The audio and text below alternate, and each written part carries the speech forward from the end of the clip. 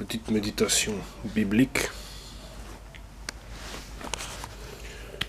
J'ouvre la parole de Dieu dans 1 Samuel, chapitre 4. 1 Samuel, chapitre 4. Et nous allons lire tout le chapitre 4 pour la gloire de Dieu. Je lis. Donc le titre de ce chapitre, c'est l'Arche de Dieu prise par les Philistins, mort d'Élie et de ses 2 fils. Donc, la parole de Samuel s'adressait à tout Israël. Israël sortit à la rencontre des Philistins pour combattre. Ils campèrent près d'Ebenezer et les Philistins campaient à Aphek. 2. Les Philistins se rangèrent en bataille contre Israël et le combat s'engagea. Israël fut battu par les Philistins qui tuèrent sur le champ de bataille environ 4000 hommes. Israël fut battu par les Philistins qui tuèrent sur le champ de bataille environ 4000 hommes. 3. Le peuple rentra au camp et les anciens d'Israël dirent : pourquoi l'Éternel nous a-t-il... Donc c'est 1 Samuel chapitre 4. 3. Le peuple rentra au camp et les anciens d'Israël dirent : pourquoi l'Éternel nous a-t-il laissé battre aujourd'hui par les Philistins ? Allons chercher à Silo l'arche de l'alliance de l'Éternel, qu'elle vienne au milieu de nous, et qu'elle nous délivre de la main de nos ennemis. 4. Le peuple envoya des messagers à Silo, d'où l'on apporta l'arche de l'alliance de l'Éternel des armées, qui siège entre les chérubins. Les 2 fils d'Élie, Ophni et Phinéas, étaient là, avec l'arche de l'alliance de Dieu. 5. Lorsque l'arche de l'alliance de l'Éternel entra dans le camp, tout Israël poussa de grands cris de joie, et la terre en fut ébranlée. 6. Les retentissements de ces cris furent entendus. 6. Le retentissement de ces cris fut entendu des Philistins, et ils dirent : que signifient ces grands cris qui retentissent dans le camp des Hébreux ? Et ils apprirent que l'arche de l'Éternel était arrivée au camp. 7. Les Philistins eurent peur, parce qu'ils crurent que Dieu était venu dans le camp. Malheur à nous, dirent-ils, car il n'en a pas été ainsi jusqu'à présent.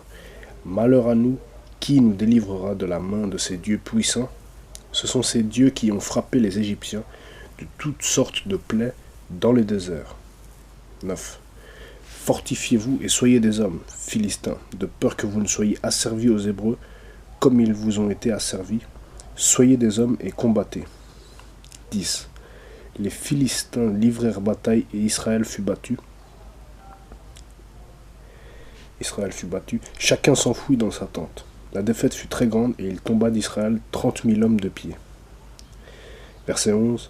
L'arche de Dieu fut prise et les 2 fils d'Élie, Ophni et Phinéas, moururent. 12. Un homme de Benjamin accourut du champ de bataille et vint à Silo le même jour, les vêtements déchirés et la tête couverte de terre. 13. Lorsqu'il arriva, Élie était dans la tente, assis sur un siège près du chemin, car son cœur était inquiet pour l'arche de Dieu. À son entrée dans la ville, cet homme donna la nouvelle et toute la ville poussa des cris. 14. Élie, entendant ces cris, dit : que signifie ce tumulte ? Et aussitôt l'homme vint apporter la nouvelle à Élie. 15. Or Élie était âgé de 98 ans. Il avait les yeux fixes et ne pouvait plus voir. 16. L'homme dit à Élie : j'arrive du champ de bataille, et c'est du champ de bataille que je me suis enfoui aujourd'hui. Élie dit : que s'est-il passé, mon fils ?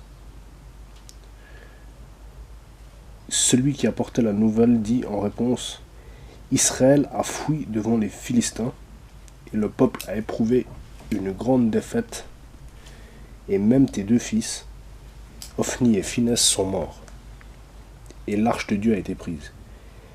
18. À peine eut-il fait mention de l'arche de Dieu qu'Élie tomba de son siège à la renverse, à côté de la porte. Il se rompit la nuque et mourut. Car c'était un homme vieux et pesant. Il avait été juge en Israël pendant 40 ans. 19. Sa belle-fille, femme de Phinéas, était enceinte et sur le point d'accoucher. Lorsqu'elle entendit la nouvelle de la prise de l'arche de Dieu, de la mort de son beau-père et de celle de son mari, elle se courba et accoucha, car les douleurs la surprirent. 20. Comme elle allait mourir, les femmes qui étaient auprès d'elle lui dirent: Ne crains point, car tu as enfanté un fils. Mais elle ne répondit pas et ne fit pas attention. Elle appela l'enfant, Ichabod, en disant: La gloire est bannie d'Israël. C'était à cause de la prise de l'arche de Dieu et à cause de son beau-père et de son mari. 22.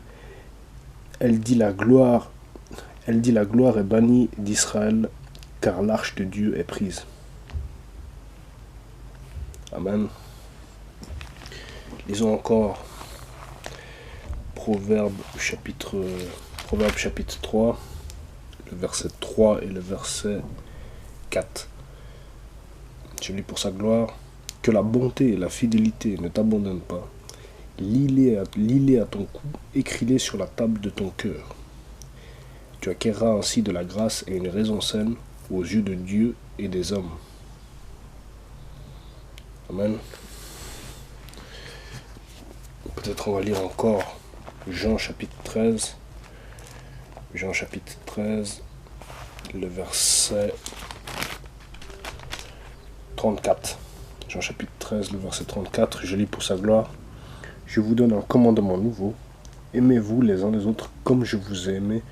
Vous aussi aimez-vous les uns les autres. Et le verset suivant.